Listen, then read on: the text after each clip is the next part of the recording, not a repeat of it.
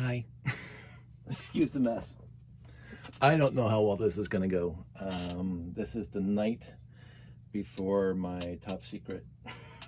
Keep on calling it that. It's not really top secret, but I'm doing a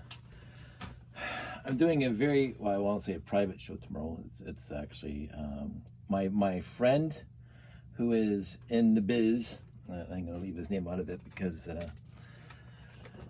he's my friend, and I don't think I never asked him if I could use his name in the video. So, but my friend of a very, very, very long time, he's in the show business as a videographer. I'm not sure what his official job title is, but he works as an independent contractor, basically, for a whole bunch of shows and productions and stuff like that. And he's been doing it since we left high school. And back in high school, he had a video camera way back in the day, and I can't remember. I don't think it was Super 8 film, because I am old enough to. No, but I think it was well, mini VHS or whatever it was at the time, and we used to go out and make little videos, pre-internet, way pre-internet. And even when he was in college for his first couple semesters, he lived in the area, and he'd say, I have a project to do for school. Do you want to help out? Sure. So I tagged along, and we did some videos around the area, and he got some marks for whatever he did, and I had fun helping him. And then he went off into the world and did a whole bunch of other stuff with video productions and contracting out. And he's in the area still. He got himself married just like I did, and he settled close to home like I did. And but he still does contract work a lot, and it's great for him, and it's great for me because he's back in town and we get to see each other a lot. And he suggested a long time ago, pre-COVID basically, he said, you know what, we should video your layout with the stuff that we have at the shop. And it's his private stuff we're going to use. He's got a little Asimo, which I guess is smaller and better and fantasticer than the GoPros I used to use. All my GoPros are either missing or dead now after all the years I've been using them. So hey, where's my phone? It's charging in the room. Thank I you. plugged it in for you. So that was just Josh. So he suggested a while back that we should set up the layout at his shop, and put a backdrop, some panels, and so better than the living room that I did for the COVID, and get some quote unquote high quality stuff going for the I don't know what's going to happen. He doesn't know what's going to happen. We're just going to set up the layout in a bay at his shop.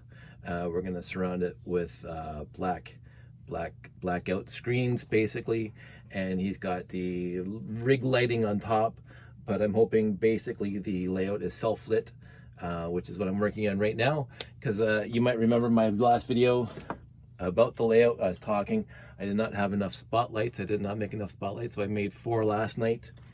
I think I only needed 3 if I remember correctly, but I'm not confident about that. So what I'm going to do is I'm going to make another few spotlights. I cut up some more 2x2s, so if you don't like me cutting up bricks, sorry, this is a 2x2 electric plate, and this used to be a 2x8 electric plate.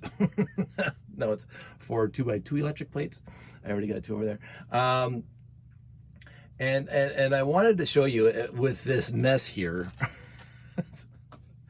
what I've been doing, and this is me reusing stuff from the past.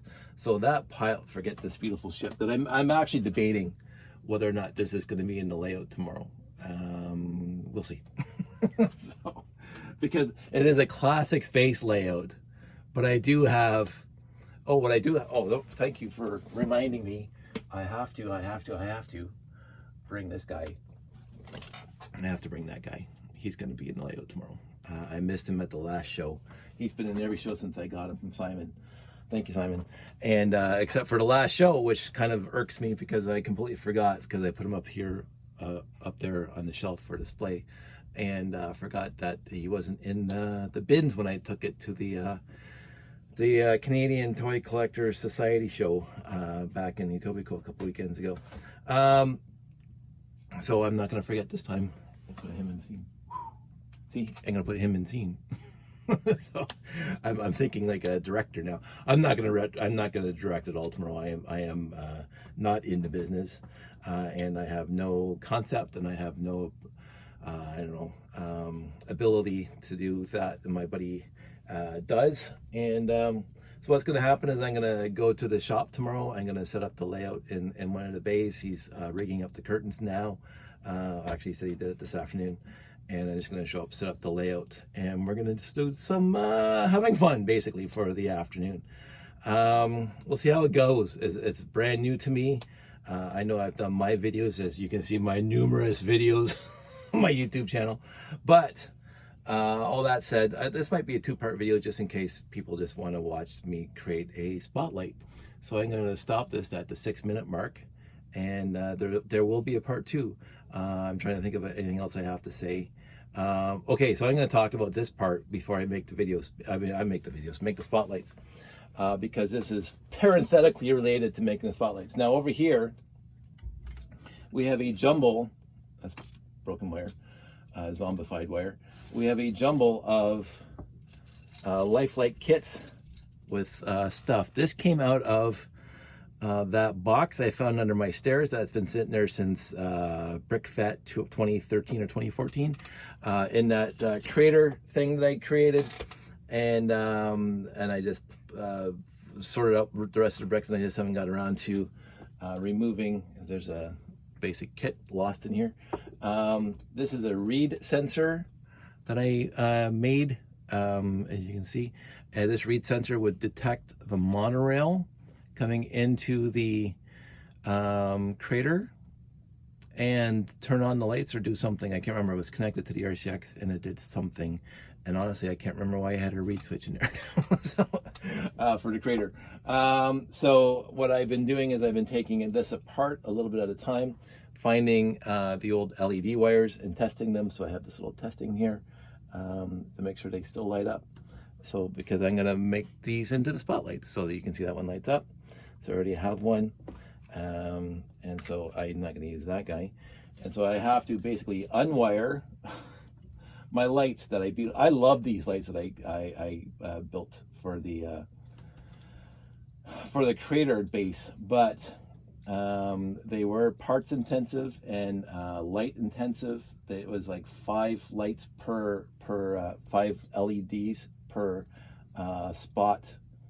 They're like chandelier lights. That's what I was going for, chandelier lights. And now, so what happens? These are really old Lifelike kits that I got off of Rob Hendricks, basically when he started. You can see that they're all gray wire. He doesn't do that anymore. He color codes this wire for various functions and whatever, which is fantastic. But back in the day, and this is probably going to break some of them, back in the day, he only used the gray wire, and they were only bright. He might have had soft white back then, but I only got bright because I'm making these layouts and I want people to see. Come on, go through there. This is the problem with Lego sometimes. It doesn't want to go through, and I don't want to break the LED or the Lego piece.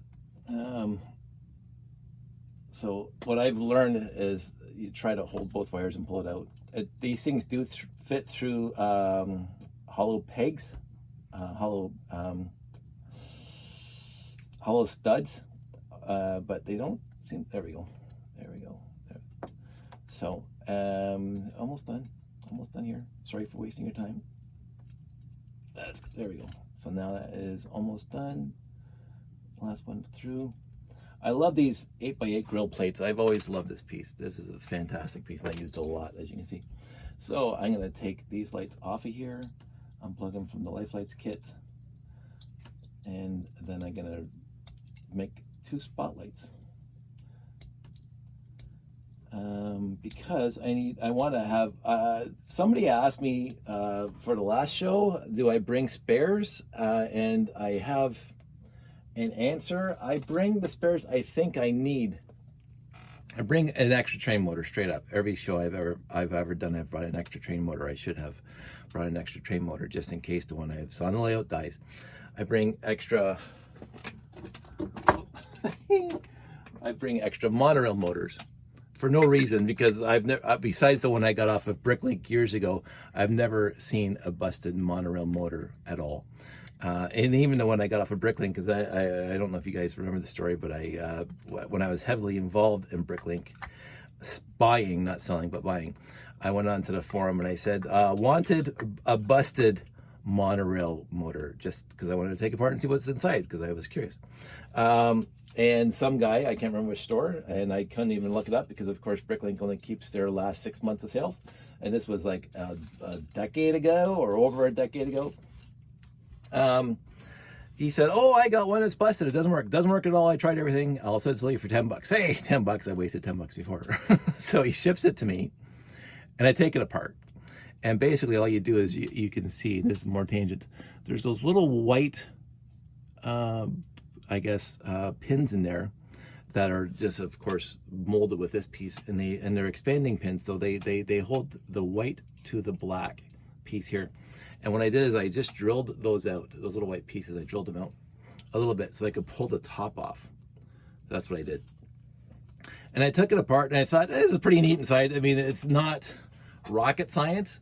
There's a little circuit board right about there. And it has the exposed copper on it, and there's this thing has a little piece of springy steel on it, and brass on it basically, and it just slides across the copper plate, off one way and the other way. It's pretty, I won't say simplistic, it's actually quite thought out. The motor is pointing straight down in the middle, and the motor has a small steel gear on it, which goes to a big steel gear, which is what is connected to this guy. So there goes small to big, and here's small onto the rack. Pretty ingenious, pretty small, pretty neat. I don't know why they don't re-release this, but we all know why they don't re-release this. But absolutely fantastically awesome. And then I put it back together just because I took it apart. It was busted. It didn't work when I got it. I put it back together, and then I said, let's see if it works. And it works. So I fixed a busted monorail motor. I think the contacts were not just the contacts of the little steel slidey thing were not coming in contact with the circuit board. So this is the one that I took apart, is the one that's in my little white monorail engine that just goes around that little loop at the top, because I could take it apart and I could put the contacts right on here, which was really, really neat. So I do bring an extra monorail motor for no reason whatsoever. Now I'm going to bring some extra spotlights. I want to make a few more here. My soldering iron's on. Yeah, it's getting hot. I'm gonna sneeze. I bring an extra couple, one or two extra wall warts. I don't know why, because they never go. I bring 2 train connectors, 9-volt train connectors, in case one's not working. I have a spare, and I use the ones I made now. I bring some extra batteries, obviously, for the monorails that are not powered by the pickups.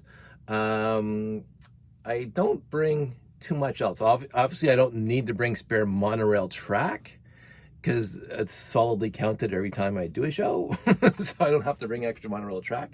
And I bring some extra minifigs, just in case I see a dead spot on the layout where I want to put a minifig or two. And I'm gonna bring, I found a couple minifigs that I wanted to bring this time, that I'm completely oblivious as to why they never made it to the layout before. So just as a Easter egg, hopefully I remember to put them on. It's incredulous to me when I was cleaning up the room. It's a little bit of a mess right now, but I was cleaning up the room and going, why haven't I even thought about putting these minifigs, these 2 minifigs, these 2 very, very poignant, spacey type minifigs onto the layout, and I just was incredulous that I haven't done it yet. So now they're going to go on the layout and they're going to stay on the layout. so I'm not telling you which too many figs, but if you probably already know which too many figs are going to go on the layout. So those are packed up now. I did grab 2 or 3 of my Rocket Girl CMF from NASA or whatever it was. They're going to go into the layout inside the buildings. So I'm looking forward to that. So I got some parts and pieces that are going to go into the layout. I still haven't fixed my one building that takes the thing here. I have to do that before the end of the night, but I decided to show you guys how to how much I massacre Lego to make a spotlight. Because you know, people love me when I massacre bricks, trash bricks. So I'm going to stop this video now that we're already at 15 minutes, and I'm going to start it, and this will be a part 2 for me making, and I'm going to try to stay on point, me making spotlights. So I'll see you in the flip side.